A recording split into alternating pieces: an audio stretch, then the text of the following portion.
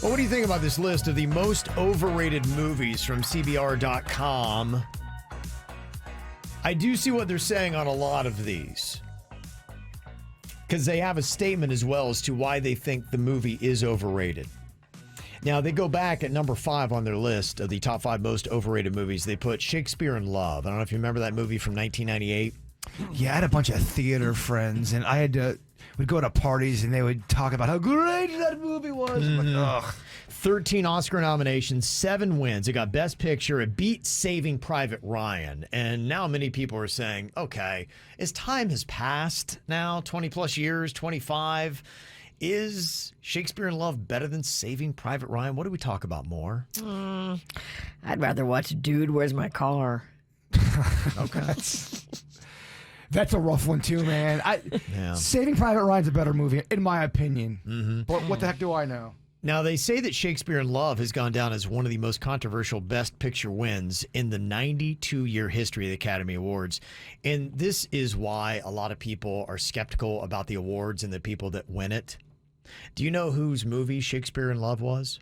Harvey Weinstein. Harvey Weinstein. Yep. And he had a massive campaign and was leaning on people to say they'd better win Best Picture. This had better happen. I'm going to pull favors. I'm going to this. I'm going to that. I'm going to whatever. You can muscle your way into stuff. Yeah. Was that that guy's MO?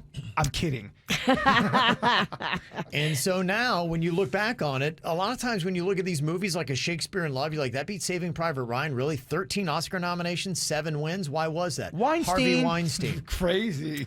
And so, yeah, that they make a great case for that being one of the most overrated movies of all time. I never knew if this was true or not, but Marissa Tomei, she won her for My Cousin Vinny. Yeah. Mm-hmm. I always read that the guy who was announcing it read it wrong, and she was not supposed to win. Oh, really? It was supposed to go to somebody else, and he was older and confused when he read it, and they said, you know what, we can't stop it. Let her take the award.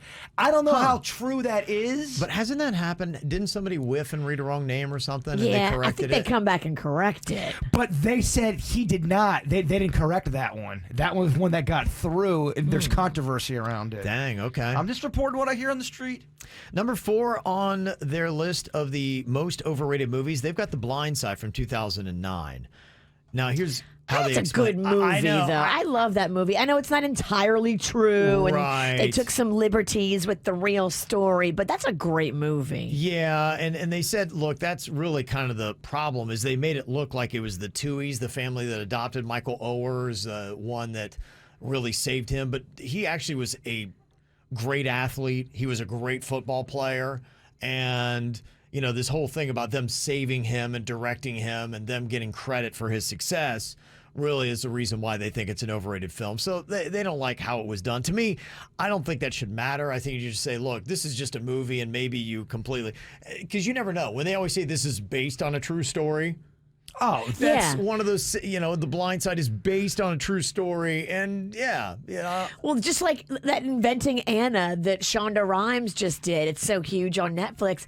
In every episode, before they start the episode, she puts up like some kind of disclaimer, but it's worked into the scenery, and it says, this story is completely true, except for the parts that are totally made up. Right. Well, so it's done for entertainment value, and The Blind Side was a very entertaining movie. I think they have to put that in all movies. They have that little thing where if there's any kind of similarity to names, places, this is all done as a movie. It's all coincidence kind of a thing. Sandra Bullock got an Oscar for Best Actress. It also was nominated for Best Picture. But yeah, that one I don't agree with as much. They have The Dark Knight Rises at number 3 for the most overrated movie. Is that the Joker one? No, that is the Bane one. And it came off of the Joker. And they say in their write-up, the 2.5-hour film felt more like an overindulgent ramble with a confusing plot, nonlinear storytelling that served no purpose to the story, and Christian Bale's Batman trying way too hard to top the last one. So that's how they feel about The Dark Knight Rises. And they clearly are not fans of Christopher Nolan, the director, because he has the number 3 movie, and he also has the number 2 movie, Inception, on their list. They say that one is extremely muddled and confusing. And then when you try to tell somebody that's confusing, they're going, "You're just not smart enough to get it." Did you like Inception? I haven't seen it yet. I liked it. I did like that movie. I think I saw it, but I might have slept through it. It's got a fantastic French music soundtrack. You love the French music scene. And that's Leo, right? Leo DiCaprio? yeah, Okay. yeah. It's all about, sleeping and dreaming and what's real and what's not. And they do this thing with this top where you go under and it's like, ooh, cool. Yeah. Okay. Well, they call it muddling and confusing. And then the number one most overrated movie, according to CBR.com, they have it Avatar from 2009. Hey, man, I just did not get why. I think that's still the all-time record for movies gross at a theater. Second, Avatar is the second highest grossing film of all time and the first film ever to gross more than $2 billion. Avatar was nominated for Best Picture when it all had going for it was its visuals. They say the plot is bafflingly unoriginal and nearly identical to other films like Dances with Wolves and Pocahontas. I didn't get the love for that. And people went crazy for it. And that's what they're saying. A lot of it had to do with the effects that they had at the time. And, it was also the Titanic director. And so, it came in with like, oh, well, it's got to be a great movie because he did Titanic. Did you like Avatar? No, I didn't think it was anything special. Like it. I saw the one time and I have no desire to watch it again. In fact, they talk about the new ones coming out. I have no desire to watch those. I never saw it. For me, the only interesting little blue creature is the Smurf. Yeah, and aren't they doing an Avatar land at one of the Orlando theme parks? I think they got something coming up. It just seems like, are we celebrating this a lot more than it should be? Amen. Yeah. And to the witch's point, I love the Smurfs as well. I just bought some 1980s Smurfs. Avatar, you just a new fancy Smurf, so sit down.